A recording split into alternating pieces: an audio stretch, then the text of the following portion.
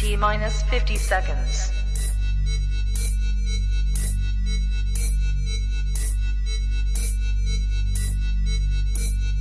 T minus 40 seconds.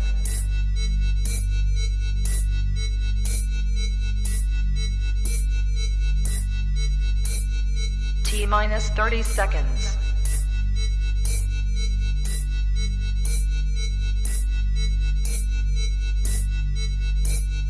T minus 20 seconds.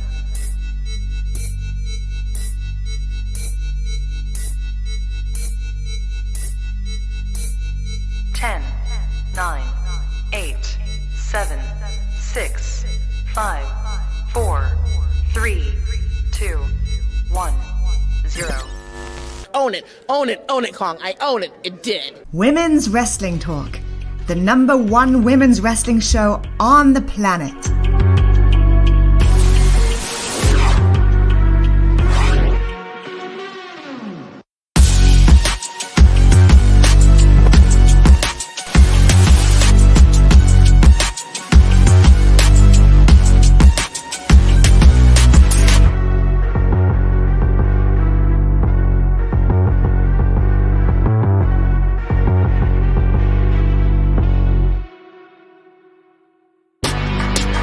Women's Wrestling Talk, the #1 women's wrestling show on the planet. Hey, what's up, y'all? Happy, I was going to say Friday. Happy Wednesday, Turkey Eve, if y'all are about that turkey life.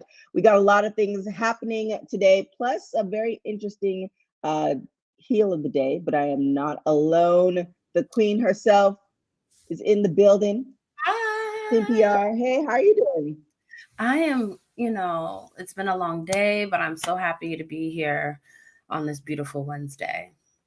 It feels like Friday. I don't know. The days are all like kind of messed up, but Yeah. Here we are the day before. So are you gonna like eat turkey and all that good stuff, or are you just gonna like just sleep and ignore people? What's the deal?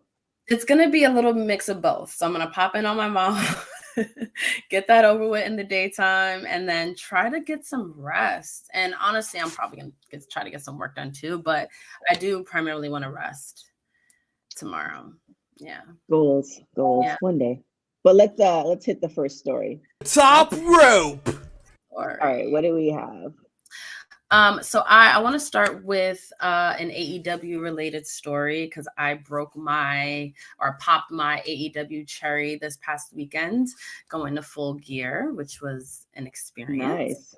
I had a really good time. I don't watch the show weekly. I'm not committed to it, but I will say, go to a show live. It is a great time. Have you been to AEW? Yeah. Yes. Yeah, I've been to a couple of shows. I feel like the fans are slightly different, not in a bad way or a good way, just different. It's like, oh, this is very much so. Way more adults, like very kids, which was interesting. Yeah. But Jon Moxley, who some could say is the face of AEW at this point, he's a 3-time champion, which when you're interim, I don't know how they really count that. But he recently spoke with Graham Matthews of Bleacher Report, and he doesn't normally do a lot of interviews or is very expressive about his feelings. But he did express a lot of gratitude for where he is in his life. He did know a lot of the people that helped him along the way. And he just said ever since, he's been, in this new company and in this new kind of role, he says that he trusts himself. His only competition, is him at this point. And now that he has totally different goals and he really just wants to be the all-time best version of himself. And I think, Jon Moxley has been through a lot in the public eye, his going into treatment and all of that stuff. So just hearing him being so, one, fulfilled, and two, wanting to also develop himself outside of the ring. He said, I actually think I'm going to be better with my brain over the next 10 years. I'm always trying to make little changes, and coaching helps with that too. And because it keeps your brain engaged. So just hearing that he's, being proactive outside of the ring, and then, it's good. It makes me excited for him. Yeah. I think one, like having a kid definitely changes people for the good way, good most of the time. But then, I don't know if he's doing Deepak Chopra or whoever he's reading, but I think we're in that era where no matter who you are, balance and Zen and reading books and therapy and all this other stuff is really, really helpful to get us on the positive side of things. So definitely kudos to him. Do you think, how many more years do you think he has left in his career? Meaning that, because I don't think he's going to go until he's like old. Like, part of me does, but part of me feels like he's going to hit a certain point where if he feels like he can't do everything, like he's out. So how much time do you give him? Realistically, just because of the style of matches that he enjoys doing, that just doesn't come. That's just not a long-term thing. I do see him going like another 5 at least. I feel like it's going to be one of those where, like, Renee's going to be like, it's time to slow down a little bit. Yeah, it's one of those matches. And shout out to Casey in the chat. What do we have next? So next, we go to another WWE sort of return, Mia Yim, who recently came back as a part of the OC. We know she's had her interesting character developments when she was on the main roster. She was never really able to be herself, and a lot of people missed that because they felt like her character in NXT was a little bit more closer to who she is, being a part of Retribution, having another identity, being behind a mask.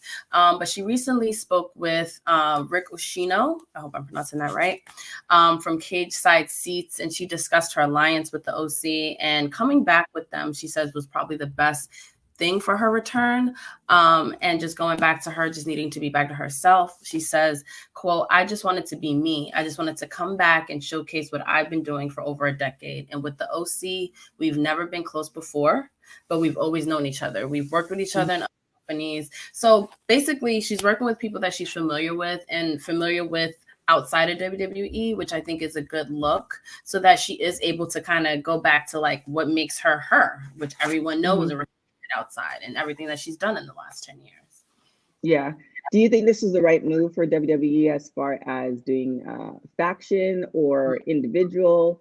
I know she mentioned in the interview it's a different type of faction. Like, she knows these people and she has great respect for them and all this other stuff. But do you think that's the play?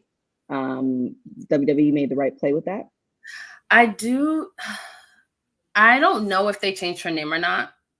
Yeah, they did. But see, that was the one thing that I was just like, okay, like after everything, all the name changes and the masks and everything that she's had to do before, why would we then change her name?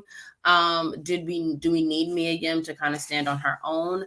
I do think the faction is a good look, simply because for those that aren't necessarily familiar with her outside of it or watched NXT, just know her as kind of like this failed character, that wore that crazy mask.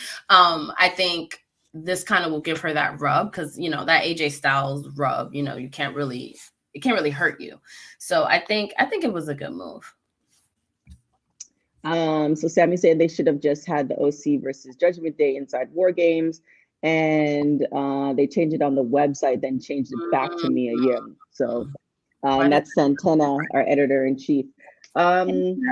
And then Casey saying her being part of a faction gives her another layer of cool, especially when working with someone like Rhea Ripley, who has become such a star. Yeah, definitely faction versus faction is always a good thing. It provides another storyline. It's just kind of one of those things where I wonder if there's like a slight type of, it's under a new regime, WWE, but I wonder if there's like a slight type of fear where it's just like, okay, they're testing stuff, but will they get it right this time? So hopefully they do, because I mean, she has been in the game for a long period of time, and it definitely checks off the box. Like, we need diversity, and it's not diversity as far as, oh, well, it's black or white or whatever. It's like, we just need diversity, period. There's just so many different, looks and feels and stuff like that in the United States. So, I definitely think it's definitely a positive. We'll just see what happens with these storylines. What do we have next? So Mia Yim is going to be joining Team Bianca Belair for Survivor Series War Games this weekend. Me and Krista B will be there in Boston, so if you're there, say hi. Yeah, you traveling to Boston? Was that you flying, driving? What's Yeah, we're gonna do just like a back and forth real quick because it's about 2 hours maybe from us. Okay, that's like Vegas, LA to Vegas. Okay. Okay, yeah. So but yeah, so come say hi if you're there. So Survivor Series War Games is this weekend, and Ronda Rousey actually is a heavy favorite for Survivor Series betting odds. She has a championship match with Shotzi this Saturday. She is the heavy favorite ahead of her match. And I think that match particularly is gonna kind of set the stage for something else. And I'm sure we'll, probably get to that later.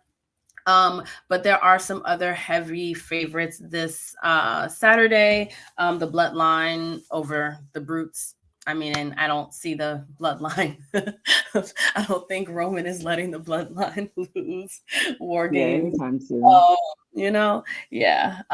Team Bailey is the favorite to win over Team Bianca, which, I don't see them, they would have to really go out to beat such a babyface team, in my opinion. You got Seth Rollins as a heavy favorite in his triple threat for the United States Championship match against Austin Theory, who has a whole new attitude that I love, and Bobby Lashley, who I actually would hope, wins.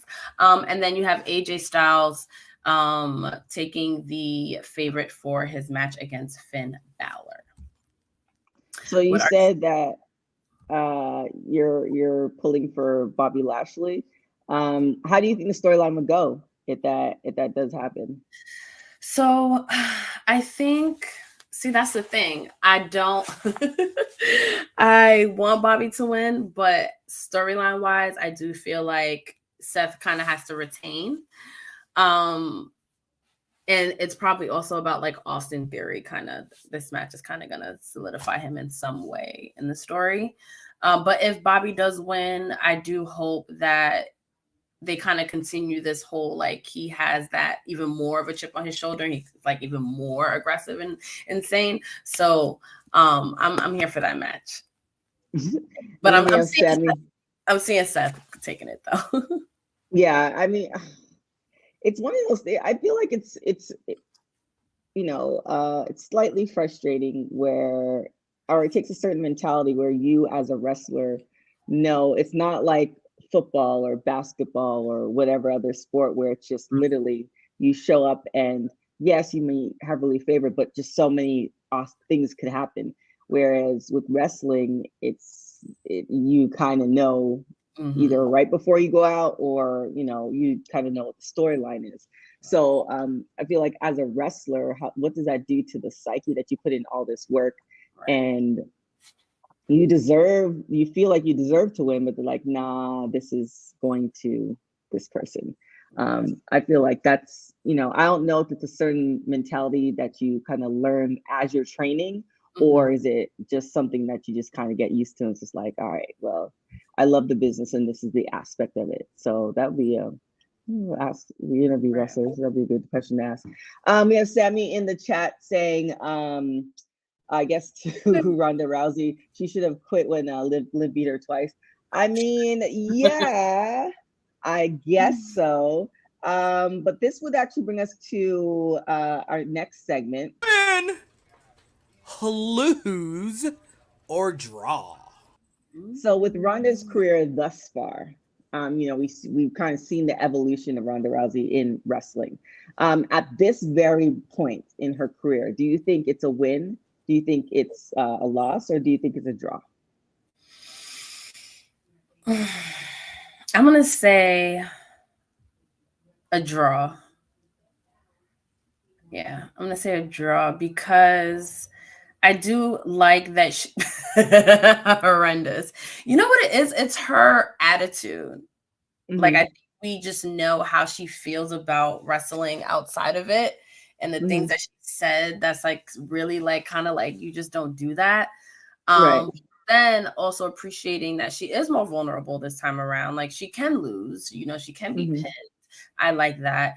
She hasn't gotten any better on the mic, unfortunately. So it kind of just like, I mean, I look at it more as a win for WWE being able to have Ronda Rousey as opposed to like what she actually did in the company. So do you think she's gonna legendary status? Like, because she's like, no. I don't know. Like, I definitely agree. Like, it takes Casey saying, damn, y'all, it's been a yawn. It's not an option, but that's my selection. Yeah, I feel like, you know, she's trying.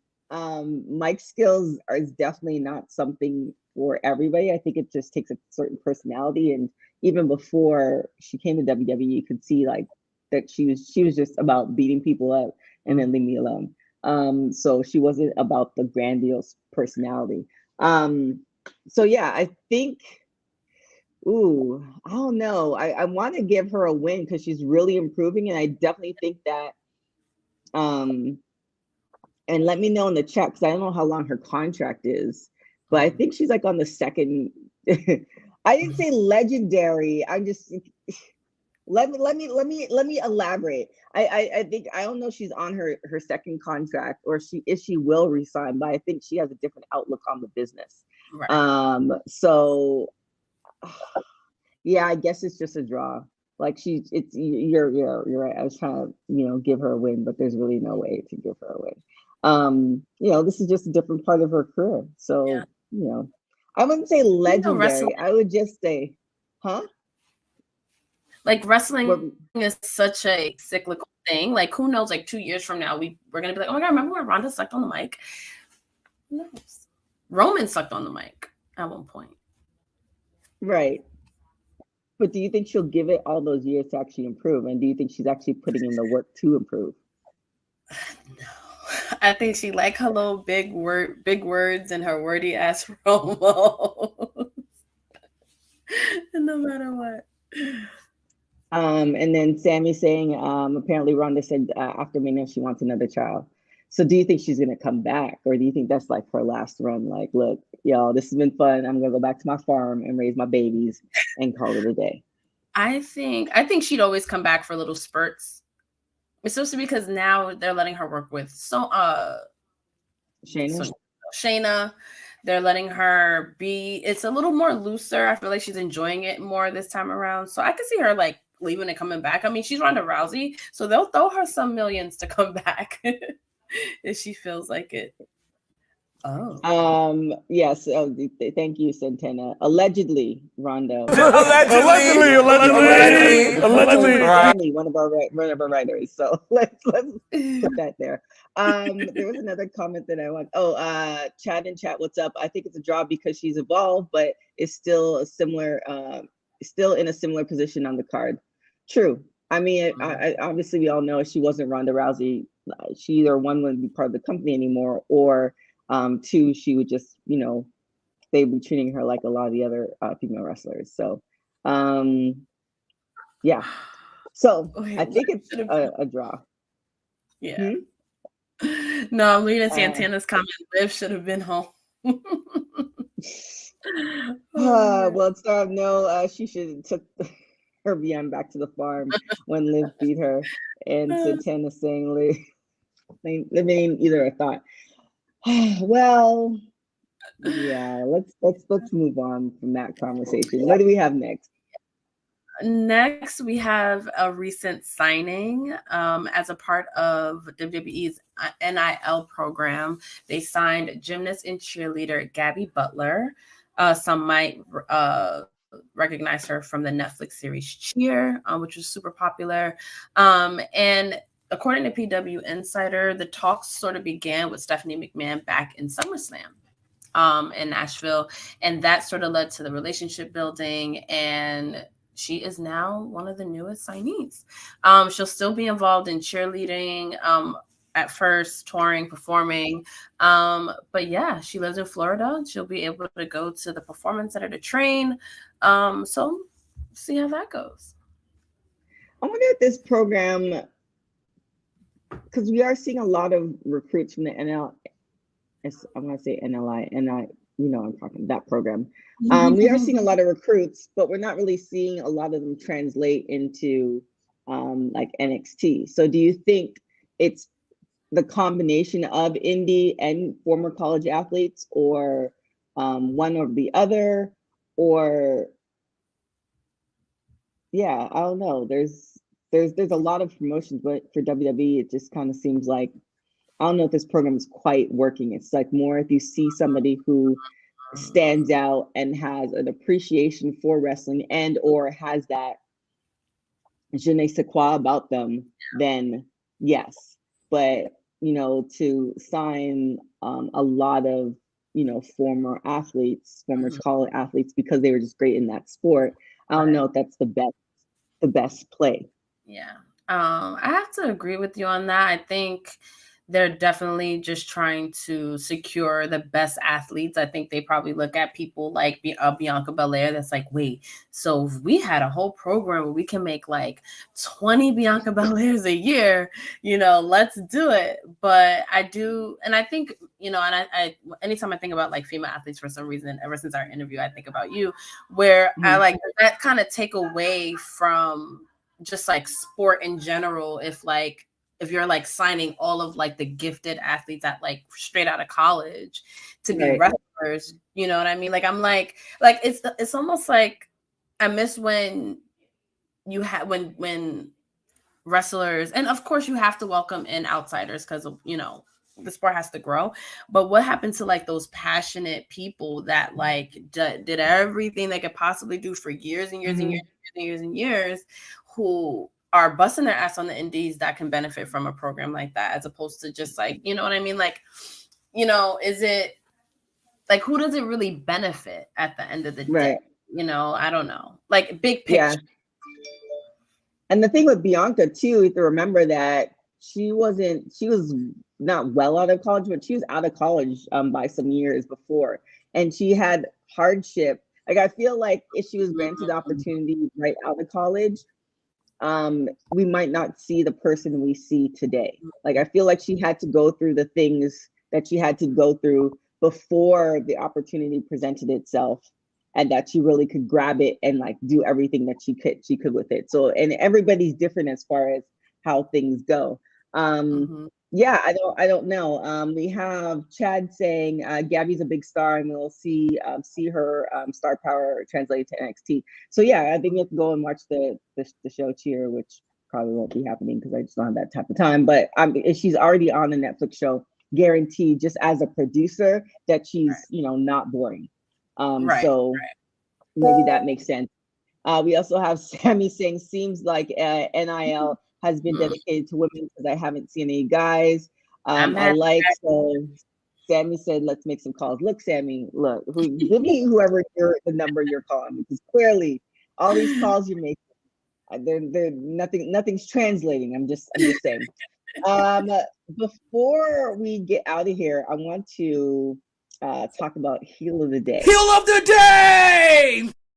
Now, this has nothing to do with wrestling, but kind of, sort of, depending, because wrestlers are human too, and they go through a lot of different things. But the AMAs was recent, and Chris Brown was supposed to be performing his Michael Jackson tribute, which didn't happen, and nobody could figure out why. Sierra was supposed to be part of it as well, and so it later, and let me put that alleged right there. It later came out. Allegedly. The AMAs didn't want convicted. I forgot what the official title is. A convicted offender, abuse offender, talking about an alleged, or tributing an alleged sex offender. The words are kind of, you guys know what I'm saying. And here's the thing, though. At the end of the day, Rihanna has said it in multiple interviews, more referencing the one with Oprah, where she's like, she's forgiven, she's moved on, she wants everybody else to do the same.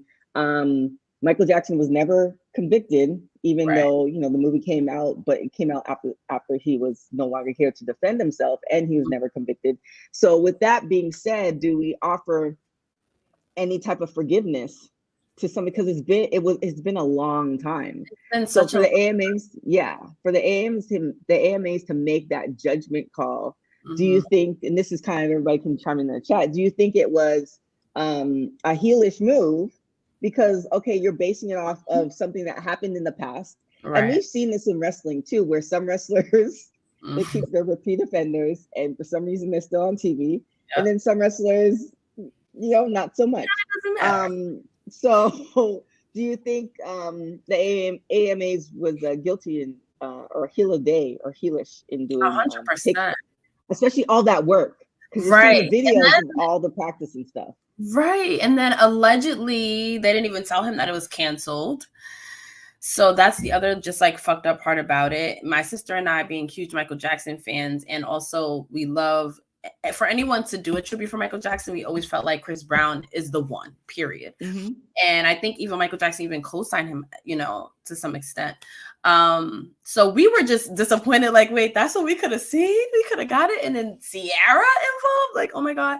So, and again, I think people also forget that Rihanna took him back. They got back together like a year later. And it's almost like pop history doesn't want to remember that, because they don't know, like, no one ever talks about it. They went back to the Grammys together. They made music together. She's forgiven him. So it's like, now it's time for the world to forgive him. And he is not, innocent over the years. He's done other like crazy things, but no more to me than other people who are still getting job offers, still performing, still doing a lot of different things. So it's like, to not give him the grace, at least the common, like the courtesy of telling him that it's canceled. You know what I mean? Like, that kind of is just like heelish for sure. Yeah. Because for the person who he's had dealings with, to already like move on, she's had a baby, it's not like she's like sitting in the corner and she's still dealing with it mentally. She's almost, I think she's a billionaire, but she's on her way to being one. She's booed up, she has all these things, she has moved on. And it's not like, there was a tell-all book and all this other stuff, like the story came out, all this other stuff. And for her to say, I'm good, like, what? Who are we to say, nah, we're still going to hold you accountable to something that you did years ago? Like, I don't understand, and it's not like he's a repeat offender in that. So for that, AMAs, because and whoever decides to pick this up, I feel like either he can do a tour or something, because we definitely see this for whole sure thing. Now the public, now the people want it now. You know what I mean? And it's like such a special thing. It's not like, he's about to be the host of Good Morning America. We're going to see him. You know what I mean? Like, it's a Michael Jackson tribute. It's like an appropriate thing that you should be a part of. And, we all missed out for that. Yeah. So for that, AMAs, you Heel of the day! For sure. Goodness. Do we have any more stories left? It's kind of a short day today. Yeah, short news day. I could do a quick fun one about Ricky Starks. Just talking about, people that are like canceled. So he recently was on the latest episode of the Watching the Throne podcast, and Ricky Starks talked about how he's a huge Kanye West fan and that his goal was to use West's song Touch the Sky as his intro music in AEW. And I feel like the only reason this truly made a headline is because everything that Kanye West is going through right now. But I do like that song. Not a Kanye West fan anymore per se, but that'd be pretty cool if AEW could license that. Yeah, I wonder. I mean, yes, cancel culture. I don't even know what to say. We'll just put, I think we did put Kanye in the box, and we're just gonna. So good with that. Let's put him just back in the box.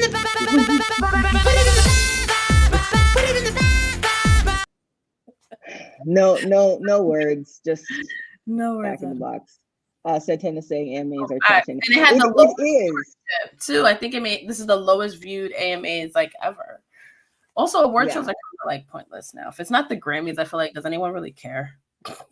No, because you can get the whole award show on Twitter or Instagram, or I guess Twitter's no longer going to be around, allegedly.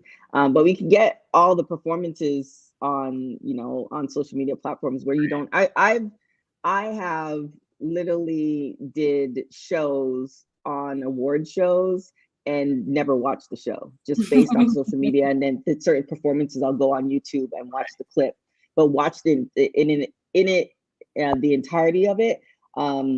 Yeah, there's so many other ways. So you know, unless you do it while you're cleaning your house or something. With that being said, I know you got to run, so tell everybody where they can find you. You can find me everywhere. Well, maybe just Instagram at Queen3_PR. Please follow those wrestling girls. We have the second part of our Becky series releasing this week, and I will be on Twitch later for TWG Fan Club and the crew. Shout out to them. Yeah, catch us there. It's so funny when you said Becky, because I'm doing a show, not Becky Lynch, but Becky's. That's just I thought first. I was like, you doing a show on Becky? What's that about? Yeah. Anyways, working way too much. All right, but thank you so much for joining us. Have a wonderful Thanksgiving and Black Friday, and you know, sleep and all that good stuff. And yeah, you know, eat, sleep, and be merry. Will do. Bye. Bye. So we have one last story before we get out of here. It's with Ricky Steamboat. Let me find the. So we have Ricky Steamboat in his last match. So at the end of the day, apparently there is some storyline that happened in AEW where it was supposed to go one way. It's so hard to do this on my own when I have like 3 things chirping at the same time. It's supposed to go one way, but then it ended up going another way. So I'm going to kind of break it down for you. Ooh. If I could pull up the graphics. There you go. So he's having a match coming up in North Carolina. And so he was actually being interviewed by Nick from Wrestling Inc. And so apparently FTR is going to be part of his team, and they were supposed to go up against him. But what happens, because the AEW made them baby faces, they are now going to be part of his team. And then they also have a special guest coming in as well. Our mystery partner coming as well, and he doesn't even know. So Ricky Steamboat doesn't even know who the mystery guest is.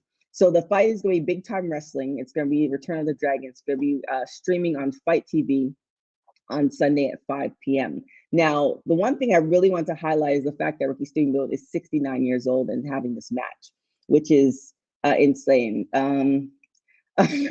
Yeah, Casey saying, please don't. I don't think he's going to. For some reason, he actually looks a little bit, he looks a little healthier than Ric Flair. No shade to Ric Flair. But I mean, I guess 69 is the new 49. I don't know what to tell y'all. We're going to see what happens this weekend, how it's going to look. Chad saying, Ricky Steamboat is my favorite baby face from the time before I started watching wrestling.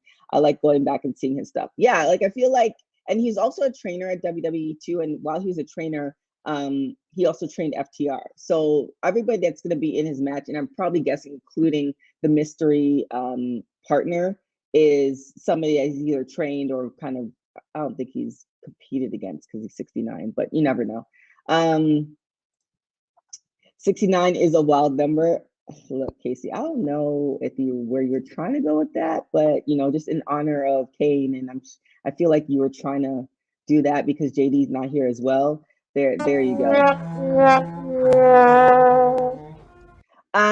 So that's all that we have for today. Like I said, we're getting ready for Thanksgiving. There's no show on Friday, but let me know in the chat what you guys are doing for Thanksgiving. Are you guys going to be eating? Are you going to eat the traditional Thanksgiving stuff, or are you like, you on a strict diet? You're going to do the salad? What you doing for Thanksgiving? For myself, I am Chad saying, I remember Steamboat, and maybe it's Jericho. That would be a good one. For myself, I'm going to somebody's house for Thanksgiving. I'm going to my boyfriend's house for Thanksgiving. I'm to some, oh my God, mac and cheese is definitely on the plate. Yeah, definitely mac and cheese. I'm not a meat girl, so I'll do mac and cheese. Mac and cheese and some apple pie would definitely work for me. But with that being said, no WWT live show for Friday, but all the other shows are going on. And Chad said, I'm probably going to hang out with the homeless and eat with them. Oh, that's cool. Are you gonna? So you did just say hang out. So I'm assuming you're not gonna be serving them, because I used to do that too. That's always nice to do, because they have a lot of different programs. So today is Wednesday, so we have our Dynamite after show coming up on Wednesday, and Thursday we have our Impact show. Our NXT show is going to be on Friday, and then we're also working on the post show for the premium live event for WWE. So be on the lookout for all of that. But a lot of great things are coming towards the end of this year. We also have a great, I guess you can call it our award show. That's going to be happening as well. So make sure you're checking everything out on www.talkpod.com.